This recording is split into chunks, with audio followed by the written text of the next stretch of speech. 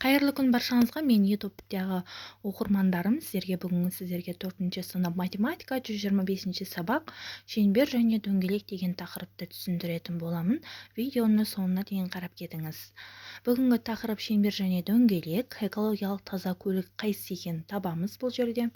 Сендер білесіңдер, сен радиусы бойынша шеңбер және дөңгелек салатын боласыңдар.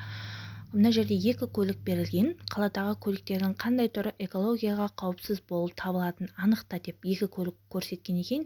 Астында қосуды, азайтуды барлық есептерді ретімен орындасақ, мына жерде әр есепке әріп берілген екен. Сол әріптерді ретімен қойып шығатын болсақ, есептің жауабы трамвай болып жауабы шығады екен. Біздің қалаға экологиялық жағынан таза көлік трамвай екен. Екінші есепте шеңберлердің диаметрін өлшеу, дәптеріңе О нүктесін белгілеу, барлық шеңбердегі бір ғана центнерден О нүктесін сыз депті. Енді сіздерге осы сызбаларды бір жерге топтастырып сызып көрсетіп отырмын. D1-де 26 мм, D2-де 18 мм, D3-де 32 мм, D4-де 22 мм болып табылып тұр. Үшінші есепте өзіндік жұмыс ретінде берілген АВ 6 см, СВ 4 см алып шеңберлерді сыз деген. Дәл осылай шеңберлерді сіздерге сызып көрсетемін. Міне, сыртындағы шеңбер АВ 6 см, ішкі шеңбер СВ 4 см. Төртінші есепте сіздерге жұптық жұмыс ретінде берілген. Есепте деген қосу амалымен азайту, көбейту, бөлу амалдарымен есептер шығарылады. Міне сіздерге шығарып жауаптармен ұсынып отырмын. Дәл осылай көшіріп алсаңыздар болады. Бүгінгі біздің 5-ші есепте шығармашылық жұмыс ретінде берілген. Өрнекті қайталап салуға тырыс, оны қалай бояуға болады дейді. Енді сіздер дәл осылай сызып аласыздар және өз түстеріңізді, қалаған түстеріңізде бояп шығарасыздар, өрнек ретінде шығарасыздар.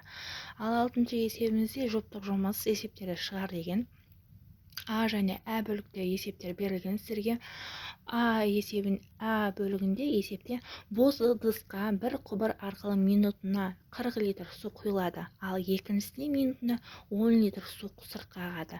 6 сағаттан кейін ыдыста қанша су болады деп А есебінде сіздерге көрсеткен екен. Ә есебін өздеріңіз жақсылап оқып алыңыздар. Мен сіздерге қазір бірақ осы екі есептерді шығарып ұсынамын.